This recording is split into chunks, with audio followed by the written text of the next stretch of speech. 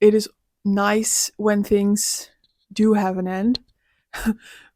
That's just the way of things, right? It's beautiful.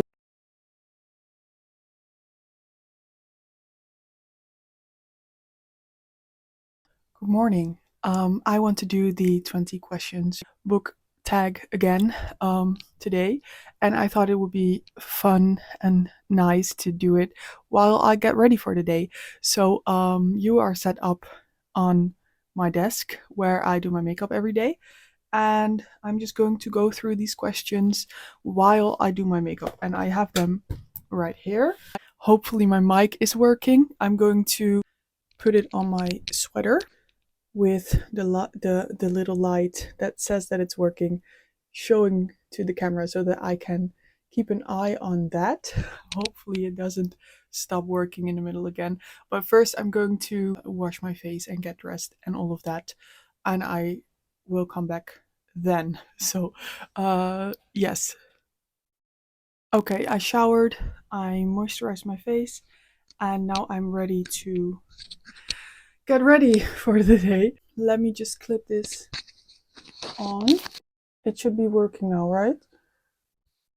It should be. So, okay, let's start. The first question is, how many books is too many books in a series?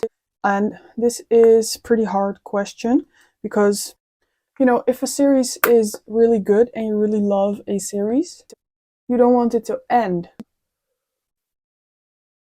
You just want to keep reading and reading about these characters. If you really love these characters, you don't want it to end because it's like they died, So, but also it's also nice to have an end to things because that makes them more precious, in my opinion. Well, thinking about the series that I've read, for example, Harry Potter has 7 books, and I really wouldn't mind if there were 7 more in that series.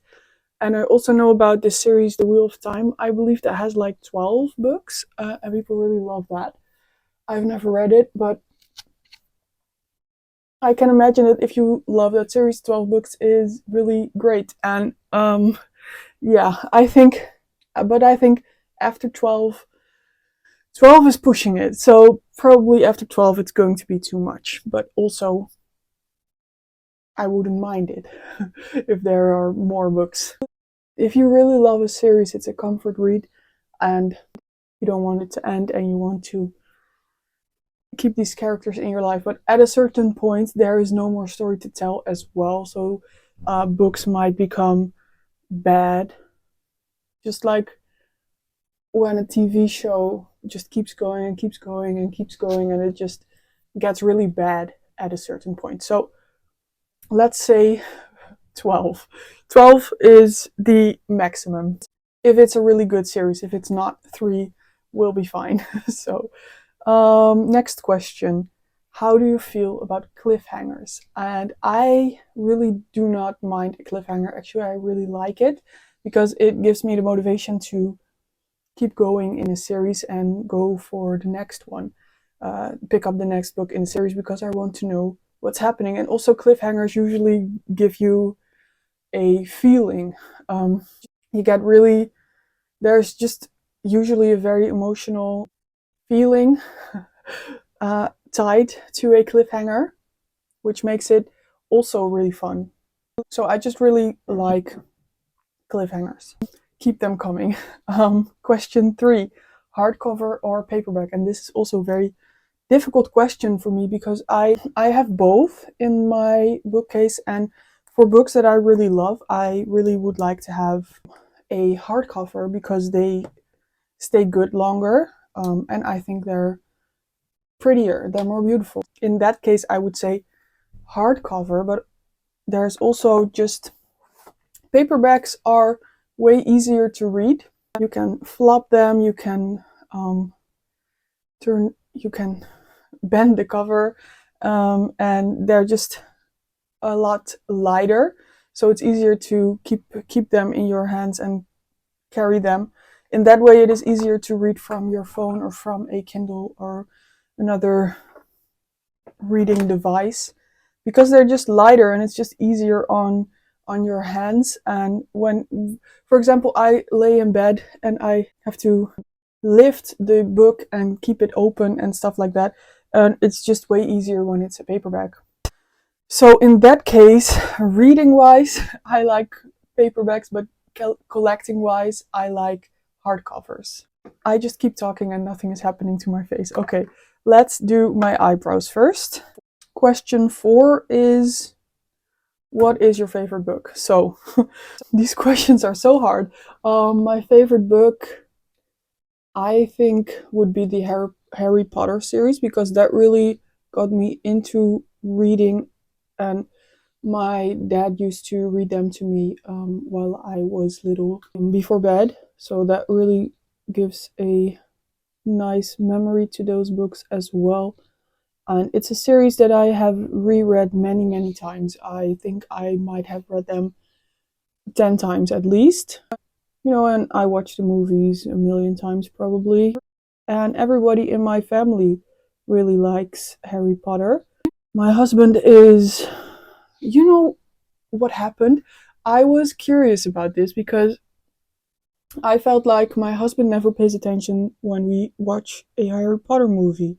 So I asked him a little while ago to explain to me the plot of Harry Potter, and he couldn't. We have watched those movies like 100 times together, and he just does not know exactly what it's about. I was so confused about this. How can you watch a movie that many times and just not pay attention in such a big way that you cannot even explain the plot? But anyway, he is nice for watching it with me. So, what was I talking about? Favorite book? Yes, Harry Potter. But that's just because it's a book of my youth, and I just really love that. And as I said, it really got me into reading and really gave me a love for reading. But if I had to choose a favorite book from, you know, my adult life, let me think about it. So I recently read The Name of the Wind, and I think that series and that book might become a favorite for me. I really loved it. I knew halfway into the book that I was going to reread it soon, and it was also the first time in my life that I felt like I wanted to annotate the book. So, except for when I read textbooks for school, of course. But that was not for fun, that was for studying. Yeah, I think that's going to be one of my favorite books. I also really liked the Davebat trilogy, which I read a few years ago now. No, I think The Name of the Wind is definitely going to be a favorite for me. But I only read that like a few weeks ago, so I'm probably going to have to let that sit for a bit. But yeah, it has big, big potential for me. It's really beautifully written, and the story is just so layered, and the characters are, in my opinion, and their interactions are, in my opinion, so realistic, even though it's fantasy. So, yeah, that's probably going to be the one for me. Now, least favorite book, question number 5. That's also very hard. So I don't really dislike things very quickly. There's always some redeeming qualities to everything, right? And I always see that in everything, so also in books. Yeah. But if I would have to pick one, it would be A Court of Thorns and Roses, and that's probably also because it's so hyped up that it was very disappointing, that I just really didn't like it. And I also feel like it's so badly written, and the story is just stupid, and I really did not like the main character, Feyre. She was so annoying to me, and she had a hobby which was painting, and I feel like the writer tried to, you know, show that through the way she looked at the world, but it just didn't really translate well, and I just really did not like it. So if I would have to pick a least favorite, it would be that one, A Court of Thorns and Roses. Sorry if that's your favorite book, and it is for a lot of people. I get it, but it's not for me. It's just not for me. Question number 6. Love triangles, yes or no? And for this one, I would have to say no, because there's always someone getting hurt, right? And I don't like that. Of course, life just works out that way, but also something that I cannot wrap my head around. If you're so obsessed with someone that you love them, you're in love with them, you're trying to picture a life together, just the two of you. I just cannot put myself in a situation where I would have that for two people at once. So I also just cannot relate to love triangles. So not for me, thank you. But I do get the appeal of them. Of course, it's not only that you love two people are loving you as well. Yeah, that just makes you feel very good about yourself, that two people love you so much that they want to spend their life with you. You know, the solution would be probably polyamory, but that's also not for everyone. Definitely not for everyone. Couldn't be me. But yeah, no, love triangles, not for me. Question 7. The most recent book you just could not finish. And this would be Bright Young Women. For me, I DNF'd that one after about 100 pages. I just couldn't get into it. I didn't like the way the women were written, and I just didn't like the writing in general. And it was supposed to be based upon a serial killer story, and it was supposed to empower the victims, the women that are the victims, and give them a brighter, bigger spot in media instead of the killer. And first of all, I get the sentiment. Of course, we should pay more attention to the victims than we are doing. Of course, serial killers get a lot of glorification in the media and by just people in general. A lot of people fall in love with serial killers, which is just absolutely insane. But I also get that we're focusing on the people that are serial killers because it's just really fascinating to know how someone can become so bad that they kill so many people in such a brutal way. We just want to understand that. And the victims themselves are just regular people. In all honesty, they're just regular people, and the serial killer is the one that is irregular. So of course we focus on that, and we also want to understand them to maybe find a solution and maybe have that not happen ever again. So yeah, I do get the sentiment, but it's also, I don't know, just why. And of course, writing a book from the perspective of the victims is not going to make the victims bigger and better and more have a brighter picture in society. It's just going to attract the people like me who are interested in the serial killer aspect of it. So yeah, I don't know. I just didn't like it. Probably because I wanted to read it because of the serial killer aspect of it and not the angle, I'm a bad person, basically. Let's move on to question 8. A book you're currently reading. I am currently reading 2 books. I am about 200 pages into The Unfortunate Side Effects of Heartbreak and Magic, which is about a witch. And in this world, I believe it's called soft fantasy. So she's just in the more modern today world, and she has magic. And the way magic works in this fantasy world is that magic comes with a curse. You have a certain type of magic, and you also have a curse to counteract and balance the world, right? So this woman's curse is heartbreak, and her heart has been broken twice. She has 4 heartbreaks, and then after that, her magic is going to go away, I believe, is the problem. So she is, I believe, 28 or something. She has had 2 heartbreaks in her life by that point. Her brother just up and left one day, and that really broke her heart. And the same thing happened with her boyfriend. He just up and left one day without saying anything. That broke her heart as well, because he was the love of her life. She lives in a rural town. It's a small, sleepy town, kind of Gilmore Girls vibes, and she owns a bakery. And then her grandmother gets sick. She gets cancer, so that's really heartbreaking. And also, both her brother and her ex-boyfriend get back into town. So yeah, it's really fun. It's really cozy. I wouldn't. It is sort of cozy fantasy, but also not, because of the themes, and yeah, it's not so cozy in that aspect, right? But I do really love it.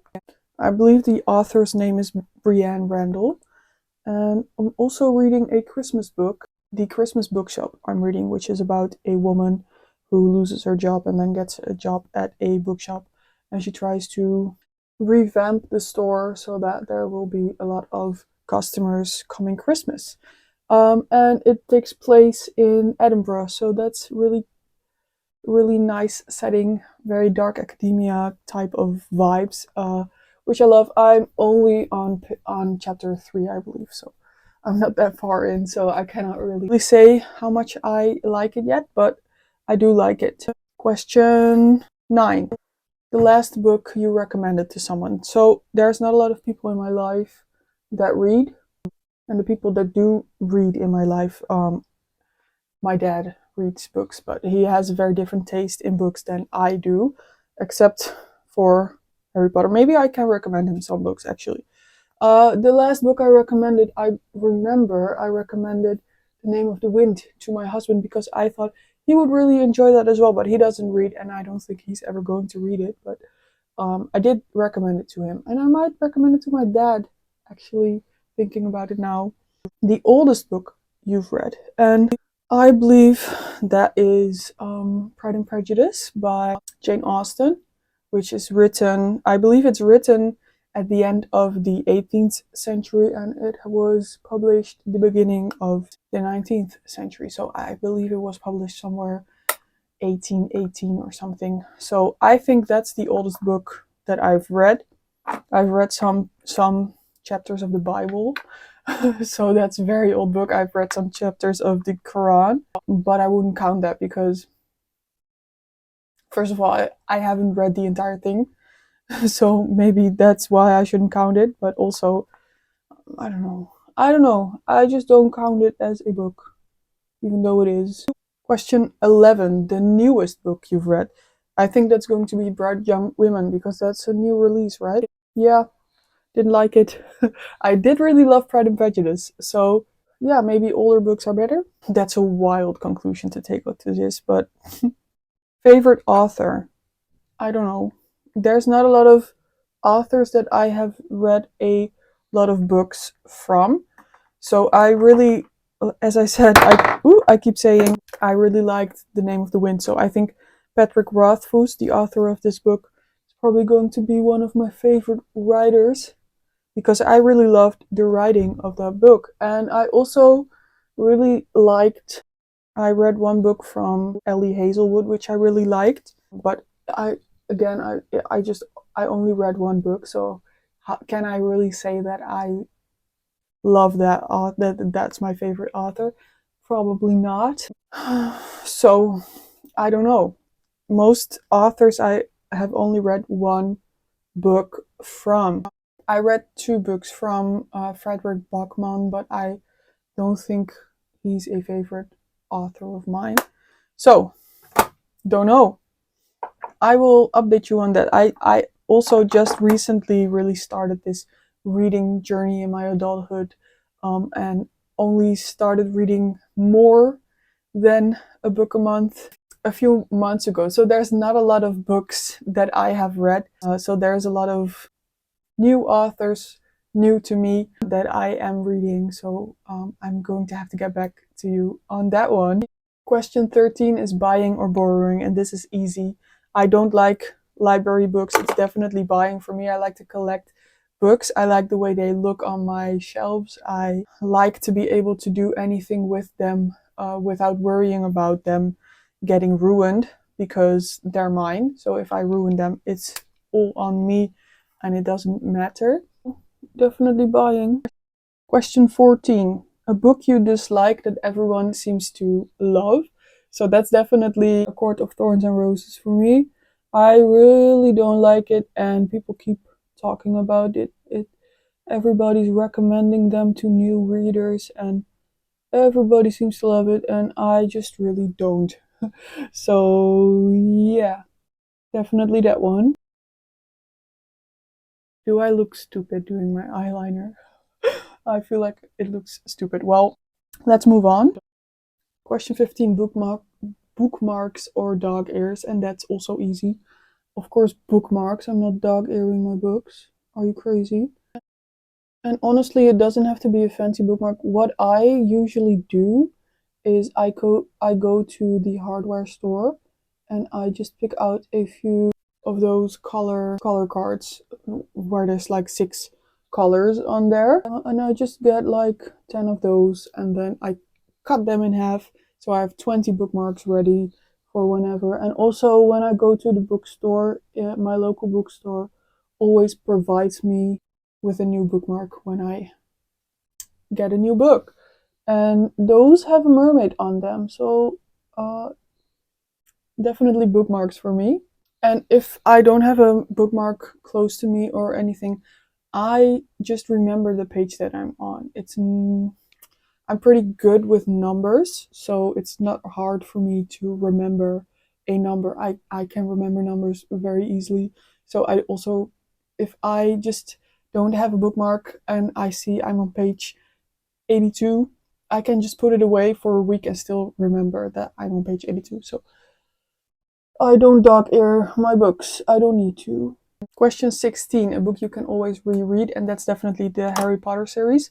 I already told you I have reread those like 10 times at least, and I'm going to reread them this month. I'm going to start with The Philosopher's Stone again and reread Harry Potter again, because it's just such a comfort read for me. I really love that.